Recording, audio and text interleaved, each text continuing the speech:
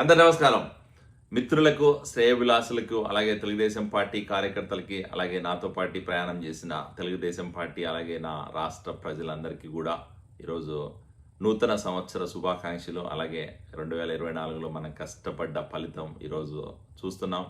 2024 మన పోరాటం అంతా కూడా ఫలించి ఈరోజు చంద్రబాబు నాయుడు గారు చీఫ్ మినిస్టర్ కావడం, అలాగే కూటమి ప్రభుత్వం ఏర్పాటు అవ్వడం, ఈరోజు రాష్ట్రంలో మళ్ళీ సుభిక్షమైన పాలన ఈరోజు అందించడానికి శ్రీకారం చుట్టాం. 2024 చెప్పుకుంటే చాలా నిజంగానే మనకి చాలా కలిసి వచ్చిన సంవత్సరం అని చెప్పాలి. జగన్మోహన్ రెడ్డి పత్రానికి తెలుగుదేశం పార్టీ ఈరోజు ఎదగడానికి, తెలుగుదేశం పార్టీకి పూర్వ వైభవం రావడానికి, అలాగే ఈరోజు చంద్రబాబు నాయుడు గారు అనుకున్న పనిని, అనుకున్న కార్యాన్ని ఈరోజు నెరవేర్చడానికి ఆ రోజు అసెంబ్లీలో ఏదైతే శపథం చేశాడో ఆ శపథాన్ని ఈరోజు ఫుల్ఫిల్ చేసుకొని మళ్ళీ చీఫ్ మినిస్టర్గానే ఈరోజు అసెంబ్లీలో అడుగుపెట్టి రాష్ట్రంలో మళ్ళీ సుపరిపాలన అందిస్తున్నాడు. సో దానికి కారణమైన సంవత్సరం 2024. ఖచ్చితంగా 2024 సంవత్సరం తెలుగుదేశం పార్టీకి, అలాగే కూటమి ప్రభుత్వానికి, తెలుగుదేశం పార్టీ కార్యకర్తలందరికీ కూడా జీవితాంతం గుర్తుండిపోయే సంవత్సరం. ఈ సంవత్సరం కంప్లీట్ అయిపోయింది. 2025లోకి అడుగు పెడుతున్నాం. రాబోయే 4 సంవత్సరాలు, 4.5 సంవత్సరం కూడా రాష్ట్రంలో సుభిక్షమైన, అలాగే కావాల్సిన అభివృద్ధి పనులన్నీ కూడా చేసి రాష్ట్రాన్ని ముందుకు తీసుకెళ్లే ప్రయత్నం చేస్తాం. రాష్ట్రంలో మళ్ళీ ఈరోజు కుంటుబడిన ఏదైతే గత 5 సంవత్సరాల్లో జగన్మోహన్ రెడ్డి, అలాగే వైఎస్ఆర్సీపీ పార్టీ నాయకుల భ్రష్టు పట్టించిన వ్యవస్థలు ఉన్నాయో, లేకపోతే వాళ్ళు అవినీతి చేసిన పనులు ఉన్నాయో, లేకపోతే రాష్ట్రంలో లా అండ్ ఆర్డర్ని ఎంత నిర్వీర్యం చేశారో మనం చూసాం. వాటన్నింటినీ చక్కదిద్దే ప్రయత్నం చేసి రాష్ట్రాన్ని మళ్ళీ గాడిలో పెట్టి రాష్ట్రం మళ్ళీ అభివృద్ధి పథంలోకి తీసుకెళ్ళడానికి కావాల్సిన అన్ని అడుగులు వేయడానికి ఈరోజు కూటమి ప్రభుత్వం రెడీగా ఉంది. అలాగే చంద్రబాబు నాయుడు గారు, లోకేష్ బాబు గారు, అలాగే పవన్ కళ్యాణ్ గారు, అలాగే బీజేపీ మోడీ గారి సపోర్ట్ కూడా 100% మన మీద ఉంది. ఆయన దీవెనలు ఉన్నాయి కాబట్టి రాబోయే రోజుల్లో ఖచ్చితంగా రాష్ట్రంలో సుపరిపాలన అందించబోతున్నాం, దాంట్లో డౌటే లేదు.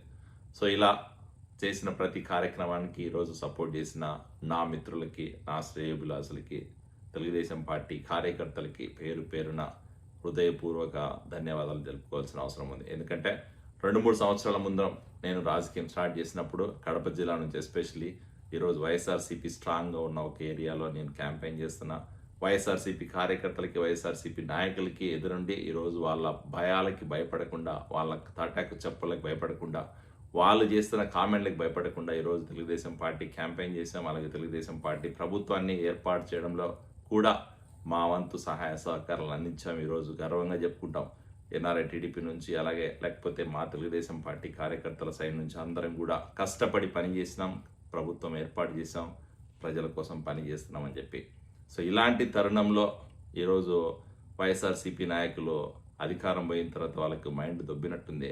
కనీసం కొత్త సంవత్సరము ఈరోజు కనీసం ఒకరిని తిట్టకూడదు, ఒకరి మీద కామెంట్లు చేయకూడదు, కనీసం కూటమి ప్రభుత్వం చేసే మంచి పనులు చెప్పకపోయినా వాళ్ళు చేస్తున్న పనుల గురించి నెగిటివ్గా మాట్లాడద్దన్న కనీస ఇంగిత జ్ఞానం లేకుండా ఈరోజు కూడా వాళ్ళ వైఎస్ఆర్సీపీ సోషల్ మీడియా పేజీలు చూస్తే వాళ్ళు మాట్లాడుతున్న మాటలు వింటే నిజంగా చాలా బాధ అనిపిస్తుంది. అసలు వీళ్ళకి అంటూ ఒక మనసాక్షి ఉందా? వీళ్ళు నిజంగానే ఒక మనుషులా? అసలు వీళ్ళకి నిజంగానే రాష్ట్ర ప్రజల పట్ల ఏమాత్రమైనా కొంచెమైనా కనికరం ఉందా లేదా అనేది అర్థం కాని పరిస్థితి. అంటున్నారు వాళ్ళు సూపర్ 6లో పూర్తిగా విఫలమైనాడంట, 6 నెలల్లోనే లక్షల కోట్లు అప్పు చేసినాడంట, విద్యుత్ ఛార్జీలు పెంచినాడంట, అమ్మఒడి పెయ్యలేదంట, అలాగే ఇంకా చెప్పుకుంటూ పోతే ఈరోజు ఆరోగ్యశ్రీ కొన్ని లక్షల కోట్లు, వేల కోట్ల అప్పులు ఉన్నాయంట. ఇది వాళ్ళు రాస్తున్న రాతలో, సాక్షి మీడియాలో వస్తున్న కథనాలు. నేను ఒకటే అడుగుతున్నా ఈ వైఎస్ఆర్సీపీ నాయకుల్ని, గత 5 సంవత్సరాల్లో మీరు అధికారం ఉన్న రోజుల్లో ఫీజు రీఎంబర్స్మెంట్ ఎప్పుడైనా ఇచ్చినారా? లాస్ట్ 2-3 సంవత్సరాలు ఫీజు రీఎంబర్స్మెంట్ ఎందుకు పెండింగ్లో పెట్టినారు? అలాగే ఆరోగ్యశ్రీ కింద ఈరోజు ఏదో రాజశేఖర రెడ్డి గారు ఉన్నప్పుడు ఆరోగ్యశ్రీ ఇంట్రడ్యూస్ చేసినారు. ఆరోగ్యశ్రీ రూపకర్త అని చెప్పుకుని జగన్మోహన్ రెడ్డి ఆరోగ్యశ్రీ ఫండ్స్ అన్ని కూడా ఎందుకు దాన్ని కుంటుపడే ప్రయత్నం చేశాడు? ఎందుకు 108 సర్వీసులు ఆపేసినాడు? ఎందుకు 104 సర్వీసులు ఆపేసినాడు? ఎందుకు రాష్ట్రంలో ఆరోగ్య వ్యవస్థని నిర్వీర్యం చేసి ఎవరైతే విడుదల రజనీ గారు మినిస్టర్గా ఉన్నారో ఎందుకు ఆమె అవినీతి పాల్పడాల్సిన అవసరం వచ్చిందో మీకు సమాధానం చెప్పే దమ్ముగానే, ధైర్యంగానే ఉందా? లేదు. ఈరోజు మళ్ళీ వచ్చి కూటమి ప్రభుత్వం మీద మళ్ళీ ఇంకో మాట అంటున్నారు. సూపర్ 6 హామీల్ని గాలికి వదిలేసిన కూటమి ప్రభుత్వం అంట. సూపర్ 6 హామీలని గాలికి వదిలేదు. ఇచ్చిన ప్రతి హామీకి కట్టుబడి ఉన్నాం, ప్రతి హామీని నెరవేర్చే ప్రయత్నం చేస్తున్నాం. కాకపోతే మీలాగా చిల్లర చేసలు చేసి లక్షల కోట్ల అప్పులు తీసుకొచ్చి ఈరోజు మళ్ళీ ఏమంటారు సంక్షేమం చేసే పరిస్థితి లేదు. కాబట్టి ఖచ్చితంగా రాష్ట్రంలో మళ్ళీ ఈరోజు పెట్టుబడులు తీసుకొస్తున్నాం, రాష్ట్రంలో అభివృద్ధిని చేస్తున్నాం. రాష్ట్రంలో మళ్ళీ ఈరోజు సంపదను సృష్టించి ఆ సంపదని సంక్షేమానికి వాడాలన్న కఠోరమైన దీక్షలో ఈరోజు చంద్రబాబు నాయుడు గారు కూటమి ప్రభుత్వం ఉంది. సో దాంట్లోనే భాగంగానే 1 కాదు 2 నెలలు 3 నెలలు 6 నెలలు టైం పట్టినా కూడా ఖచ్చితంగా సంపద సృష్టిస్తాం. సంపద సృష్టించి దాన్ని సంక్షేమానికి వాడతాం. అప్పులు చేయాల్సిన అవసరం లేకుండా రాష్ట్రాన్ని మళ్ళీ ఈరోజు ముందుకు తీసుకెళ్లే ప్రయత్నం చేస్తున్నాం కాబట్టే కొంచెం టైం పడుతుంది. అంతేగాని ఎవ్వరు ఇక్కడ సూపర్ 6 హామీలు నెరవేర్చలేదన్న అవసరం భయం లేదు ఎవరికి. అలాగే సూపర్ 6 హామీలను మేము ఎగ్గొట్టే ప్రయత్నము చేయట్లేదు. సూపర్ 6 హామీలు మేమైతే ఇచ్చామో ఆ హామీలకు కట్టుబడి ఉన్నాం ఈ రోజుకు కూడా. దాంట్లో భాగంగానే మహిళలకి 3 సిలిండర్లని చెప్పాము. 3 సిలిండర్ ఆల్రెడీ ఫుల్ఫిల్ చేశాం.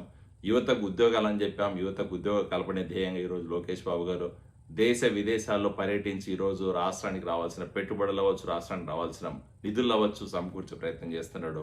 నిరుద్యోగ యువతకు ఉద్యోగ అవకాశాలు కల్పించడానికి ఆల్రెడీ జాబ్ మేళాస్ చాలా కాన్స్టిట్యున్సీస్లో కండక్ట్ చేస్తున్నాం.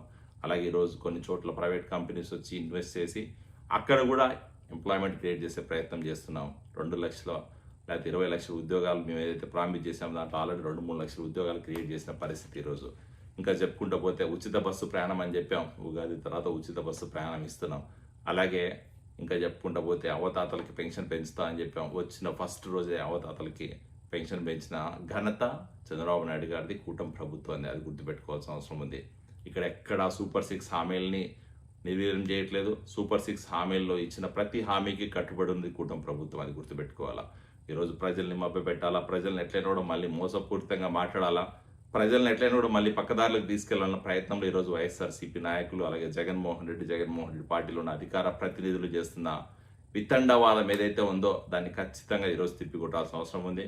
ఖచ్చితంగా వాళ్ళ మీద ఈరోజు యాక్షన్ తీసుకోవాల్సిన అవసరం ఉంది. ఎందుకంటే ప్రతిదీ అబద్ధం, ప్రతిదీ ఫేక్ ప్రాపగండా, ప్రతిదీ చెప్పేది తప్పుడు మాటలు తప్ప వాళ్ళకి ఏ ఒక్కరోజు కూడా నిజం మాట్లాడే దమ్ము కానీ, నిజంగా ప్రశ్నించే దమ్ము కానీ, ప్రజల పక్షాన నిలబడే ఆలోచన కానీ లేని కార్యకర్తలు, నాయకులు ఏదైనా ఒక పార్టీ ఉందంటే అది ఒక వైఎస్ఆర్సీపీనే ఉంటుందని చెప్పి ఈరోజు నేను కళాఖండిగా చెప్తున్నా. ఖచ్చితంగా రాబోయే రోజుల్లో వీళ్ళకి ప్రజలు గుణపాఠం ఆల్రెడీ చెప్పినారు.